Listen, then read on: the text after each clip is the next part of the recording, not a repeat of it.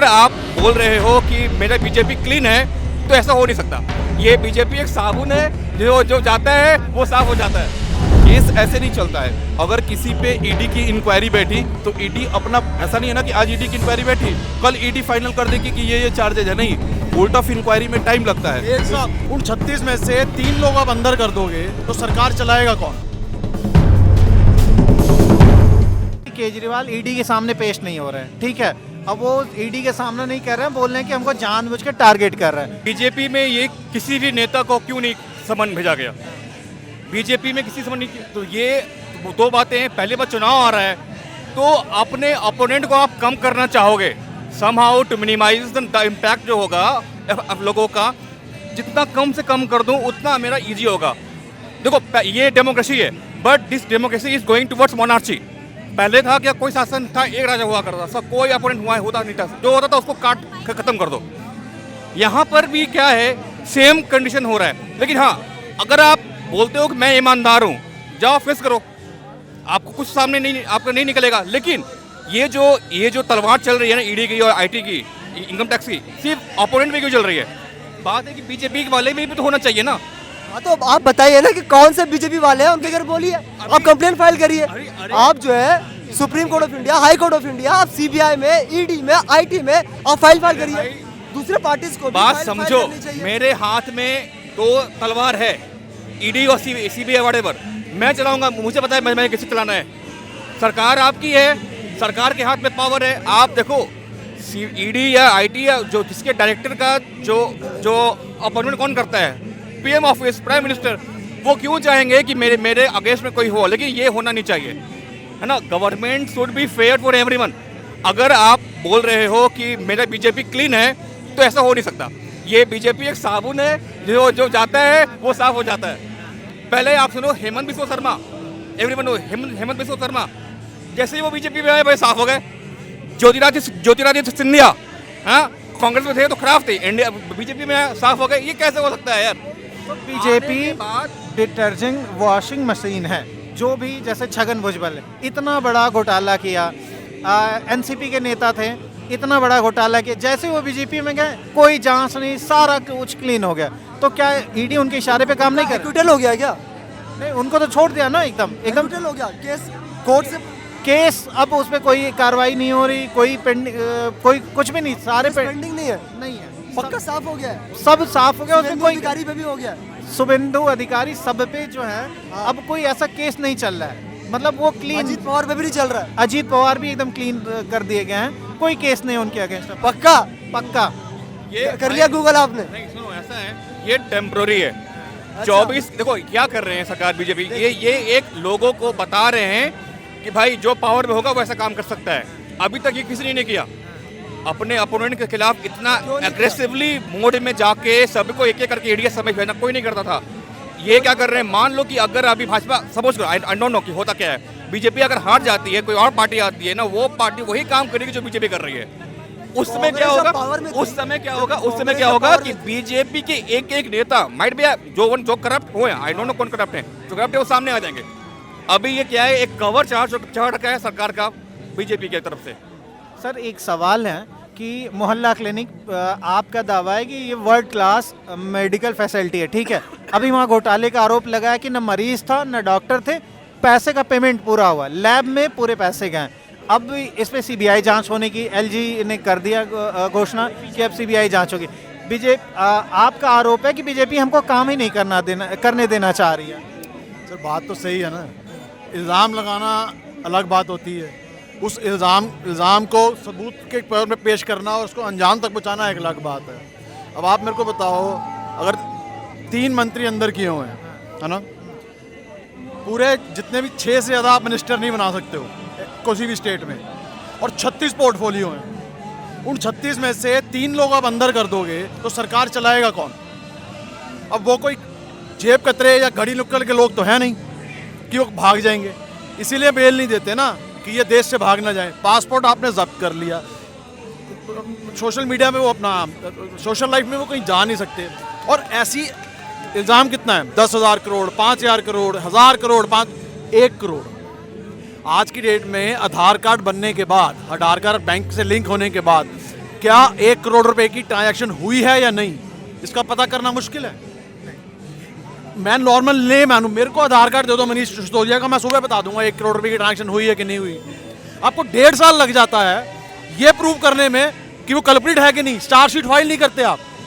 तो क्या कोर्ट जमानत क्यों नहीं दे रही? अगर ये सारी बातें हैं तो कोर्ट भी तो सुनेगी ना इस बात को। आप मेरी बात को समझे नहीं। कोर्ट जमानत अब दलील ये दी जाती है डिफेंस मिनिस्टर से कि ये बाहर जाएंगे और इन्फ्लुएंस करेंगे, तो वो कोर्ट कैसे देते बेल?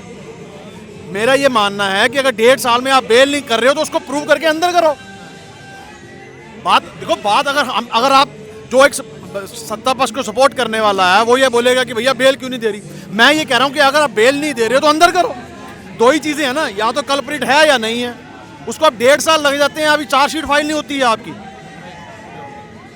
ये जो सर बोल रहे हैं ना, ये बात बिल्कुल सही है कि हाँ आप 1.5 साल के अंदर साबित ही कर दो कि ये है कि नहीं है। पर मैं एक बात बताता हूँ, कॉन्स्टिट्यूशनल प्रोसीजर होता है, वहाँ ऐसे काम नहीं चलता है कि मेरे को लगता है कि आप गलत है तो गलत है, ऐसे नहीं है। एजेंसी जब किसी पे कोई चार्जशीट लाएगी, कोई अगर केस बनाएगी, तो उसके पास कुछ फंडामेंटल प्रूफ वगैरह होगा। जैसे मान लीजिए किसी भी पार्टी के किसी लीडर के खिलाफ अगर ईडी का कोई केस गया, या उनके पास गया कि ईडी का समन गया, जैसे केजरीवाल के पास गया या मनीष सिसोदिया के पास गया था, ये लोग जब वहाँ जाते हैं तो अपनी बातें रखते हैं, फिर वो एक कोर्ट ऑफ इंक्वायरी में केस चलनी शुरू होती है। और होता ये है कि आप अपनी बेल एप्लीकेशन जब भी चाहे जाके सबमिट कर सकते हैं, ऐसा नहीं है कि आप नहीं कर सकते हैं। होता ये है कि जब मैजिस्ट्रेट और उस कोर्ट ऑफ इंक्वायरी के सामने जब केस आती है, भले उस केस में कन्विक्शन हुआ हो या ना हुआ हो, लेकिन जब वो आती है तो जज का काम ये होता है कि वो फंडामेंटल कंडीशन देखता है कि क्या चल रहा है। और कंडीशन अगर ऐसी है कि प्राइमा फेसी आप पे गलतियां दिख रही हैं, तो आप तब तक जेल के अंदर ही रहेंगे, आपको बेल नहीं मिलेगा। जैसे किसी आदमी पे अगर कोर्ट ने यही प्राइमा फेसी माना, बोला कुछ तो गड़बड़ है, कुछ तो गड़बड़ है। जैसे मैं एक बात बता दूं, मान लीजिए कि मनीष सिसोदिया जेल के अंदर गए, ईडी ने समन किया, एक बेसिक केस इंक्वायरी हुई।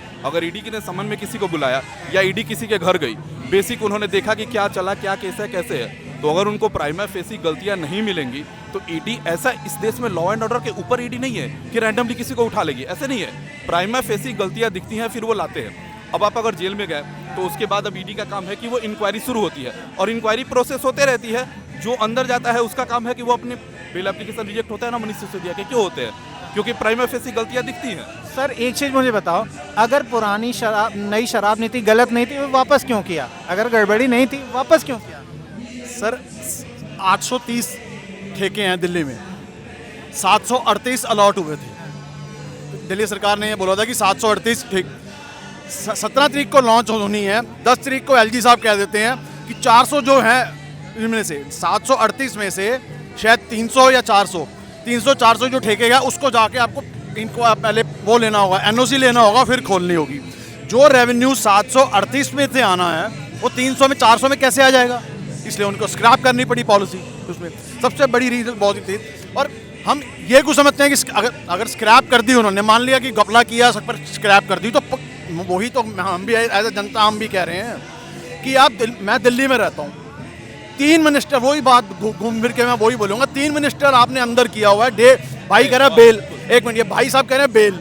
आप जिस बेल की बात कर रहे हो ना, जज के सामने केस तो लेके आओ। 1.5 साल में आप जज के सामने केस नहीं लेके आए हो। बेल जज के सामने बेल, सिर्फ बेल जाती है, ये नहीं जा रही अभी, ईडी नहीं गई है, कोई लॉयर नहीं गया, जो कल्प्रिट है वो जाता है कि मेरे को बेल। एक सेकंड, मतलब मेरे को आप ये बताओ, आप ये कहना चाहते हो कि मनीष सिसोदिया बेल के लिए जाते हैं, काउंटर करने के लिए कोई नहीं जाता है, फिर भी जज बेल नहीं दे रहा, ये हो रहा है? आप समझ रहे हो क्या बोल रहे हो? आप मेरी बात को समझो, मैं क्या कहना चाह रहा हूँ। मैंने पूरा मेरा कहने का मतलब पूरा पता है कैसे आपको पता होगा। मेरे को एज नॉर्मल, एक सुन लो ना, नॉर्मल आदमी मेरे को ये चीज हजम नहीं हो रही कि 1.5 साल में आप कोर्ट में केस ही फाइल नहीं कर पा रहे। अगर आप कॉन्स्टिट्यूशन की जानते हैं मेरे को ये बताओ। और एक मिनट, और इल्जाम क्या है? शराब नीति का नहीं है, ये बात याद रखना। 1 करोड़ की ट्रांजैक्शन, ये 1 करोड़ से ज्यादा है, और जो मुख्य आरोपी है उसने बोला है कि मैंने पैसे दिए हैं इनको। जैन की बात कर रहा हूं। सर फैक्चुअली गलत है, मैं बताता हूँ वहाँ पे दिक्कत क्या है। जब केस बनती है, सर की बात जो है ना वो इस बात को लेके है कि चार्जशीट, सर की बात चार्जशीट को लेके है कि चार्जशीट क्यों नहीं फाइल हुआ। देखिए केस ऐसे नहीं चलता है। अगर किसी पे ईडी की इंक्वायरी बैठी तो ईडी अपना, ऐसा नहीं है ना कि आज ईडी की इंक्वायरी बैठी कल ईडी फाइनल कर देगी कि ये चार्जेज है, नहीं। कोर्ट ऑफ इंक्वायरी में टाइम लगता है। 1 साल सर तो आप क्या चाहते हैं 2 दिन में हो जाए? 18 महीने, सर तो आपको क्या लगता है 1 करोड़ की ट्रांजैक्शन हुई। एक मिनट, अरे एक सर, मिनट, इस देश में एक मिनट। 10-10 साल सुप्रीम कोर्ट में कैसे चलते हैं? सर वही मैं कह रहा हूँ, ये 1 मिनट, ये बात बोल रहे हैं ना 10 साल 10 साल चलता है, वो केस चलता है। मैं वही कह रहा हूँ आपको, 18 महीने में आप कोर्ट के सामने केस ही नहीं लेके आ पा रहे हो। मेरी बात ये है, चलने को तो किसाब को जो पे रेड हैंडेडली पकड़ा जाता है। केस तो आया, उसकी सुनवाई भी है, उसकी सुनवाई भी हुई है और कोर्ट ने टिप्पणी भी की, टिप्पणी की। बेल पे मैं हुई बता है। रहा हूँ सर, फैक्चुअली गलत हो जा रहे आप हैं। गलत बोल रहे हो, बार-बार क्यों? चार्जशीट नहीं है, केस तो है ही। अगर चार्जशीट नहीं है और केस है, मान लो आप क्या कह रहे थे, वही तो मैं पूछ रहा हूँ। चार्जशीट में पहला नाम इनका डाला है, इनका डाला है, राघव चड्ढा का नहीं डाला है, इनका डाला है नाम, तभी तो इनको पकड़ा है। तीन लोग अंदर हैं। एक मिनट सुन लो, आप बात को समझ लो, तीनों केसों को मत मिलाओ आप। अलग अलग ही बात है। सतेंद्र जैन के केस में चार्जशीट फाइल हो चुकी है, ठीक है। मनीष सिसोदिया में और इसमें संजय सिंह जी की चार्जशीट फाइल नहीं हुई है। मेरे मनीष कहने का सिसोदिया मतलब सिर्फ यही है, बार एक ही बात बार बोलूंगा। आप जितना मर्जी कर लो, टाइम लगता है, ये लगता है, वो अगर नॉर्मल इंसान की समझ से आप समझो, 1 करोड़ की ट्रांजैक्शन ही है ना। वो जो एक बंगाल का एक जो हवाला डीलर है, उसने बोला कि 1 करोड़ की ट्रांजैक्शन, यही केस है। मैं सिर्फ सतेंद्र जैन की बात कर रहा हूँ, शराब नहीं। अब 1 करोड़ की ट्रांजैक्शन को 18 महीने में आपको प्रूव ही नहीं मिलता। और आज की डेट में जहाँ पे एक कैश कहीं मिला भी नहीं, छुपा आपका, वो पैसा कहीं मिला भी नहीं है। इतनी रेड बढ़ी लेकिन पैसा कहीं नहीं मिला। इसका जवाब जो है ना, और एक चीज और जोड़ दूं मैं इसमें, सर, और जिसपे जो सतेंद्र जैन पे जिस बंदे ने वो लगाया, वो अभी तक कोर्ट में पेश ही नहीं हुआ है। होता क्या है, मैं आपको थोड़ा डिटेल में समझाता हूँ। होता क्या है, सर, जो केस होती है, मत समझाओ हमको। सॉरी तो फिर कैसे होगा? होता क्या है? तो फिर कैसे होगा? आप आप मेरे को- बताएंगे, ईडी को आप बताएंगे कि कैसे होगा? आप मेरे को सर, आप, उस- मैं वही कह रहा हूँ ना। मैं आपको समझाता हूँ। देखिए केस का सिस्टम क्या है। देखिए किसी पे केस होती है, एक प्राइमा फेसी केस बनती है। जब केस बनती है ना, तो वो चार्जशीट नहीं होता है। अगर किसी पे केस बनी कि वो 302 के अंदर में है, इसका मतलब ये नहीं कि उस पर साबित हो गया कि उसने मर्डर किया, कुछ नहीं हुआ। सिर्फ प्राइमा फेसी केस बनी। केस के आधार पे उस आदमी के कन्विक्शन को देखा जाता है कि हाँ भाई, अगर केस प्राइमा फेसी इतनी गंभीर लग रही है कि क्रिमिनलाइज्ड है, तो उनको आप जेल में डालते हैं। जब वो जेल में गए, अब जब वो अपना बेल एप्लीकेशन लेके जाएंगे, तो मैजिस्ट्रेट बेवकूफ नहीं बैठा है, वो पूछेगा कि हाँ भाई केसेस कैसे बन रहे हैं, वहाँ पे प्रोग्रेस रिपोर्ट के। अच्छा एक चीज मुझे बता, केस पता क्या है रुकिए, सतेंद्र जैन के बारे में? केस, एक मिनट, केस क्या है ये पता है आपको? हाँ जी पता है, तो वही मैं क्या बोल रहा हूँ। बताओ आप क्या मैं केस है? बताता हूँ। मेरा एक क्या केस है आप बताओ? मैं बताता हूँ।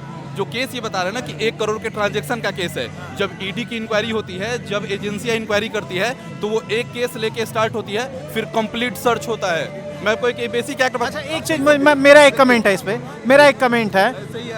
सुने भाई, आपका कहने का मतलब 4-5 केस है सतेंद्र जैन पे? नहीं हाँ। फिर टोटल इंक्वायरीज होती है। इंक्वायरी फिर एक नहीं काहे की एक आप होगी। जो 1 करोड़ की बेसिक जो इल्जाम लगा है, उसको मेरे कहने का मतलब मेरे भाई ये है, अरे सर, 1 करोड़ का लेन देन हुआ है कि नहीं, अच्छा ये अप्रूव करने में 1.5 साल लग जाते मैं इनको हैं। एक स्टेप आगे बढ़ के बता देता हूँ। अच्छा मैं आपको बस एक मेरा कमेंट है कि 2G घोटाला हुआ, कॉमनवेल्थ हुआ, सबको बोला कि सबने घोटाला किया, लेकिन सब जेल से छूट गए, कोई केस नहीं मिला, इतने साल तक जेल में रहे। तो इस केस में भी ऐसा तो नहीं होने वाला है? ये पूछ रहा हूँ, अगर कुछ फेलियर है जुडिशियरी की, इस आधार पे हम ये आर्गुमेंट तो नहीं बनाएंगे ना कि ये आदमी अगर पकड़ा ईडी ने तो आप छोड़ दीजिए क्योंकि केस नहीं बनता है देश में। ये तो नहीं चलेगा ना, लॉ एंड ऑर्डर चलेगा। मैं ये कह रहा हूँ, देखिए एक सिंपल एक्ट मैं बताता हूँ। 132C की एक्ट होती है इनकम टैक्स की, जिसमें सर्वे होता है। सर्वे में आप किसी के घर पे जाके नहीं पहुंच सकते, आप उसके जो फर्म है वहां जाएंगे, फर्म में जाएंगे, आप वहां पे इंक्वायरी करेंगे। आपके पास सिर्फ सर्वे की रिपोर्ट है, लेकिन दिक्कत क्या है, अगर कैश 10 लाख से ज्यादा मिल गया तो ऑन अटेम्प्ट उसी टाइम सर्च स्टार्ट हो जाती है, उनके घर भी जाती है। सर रूल्स होते हैं, एजेंसियों के मैनुअल्स होते हैं, मैनुअल्स के बेसिस पे काम होता है।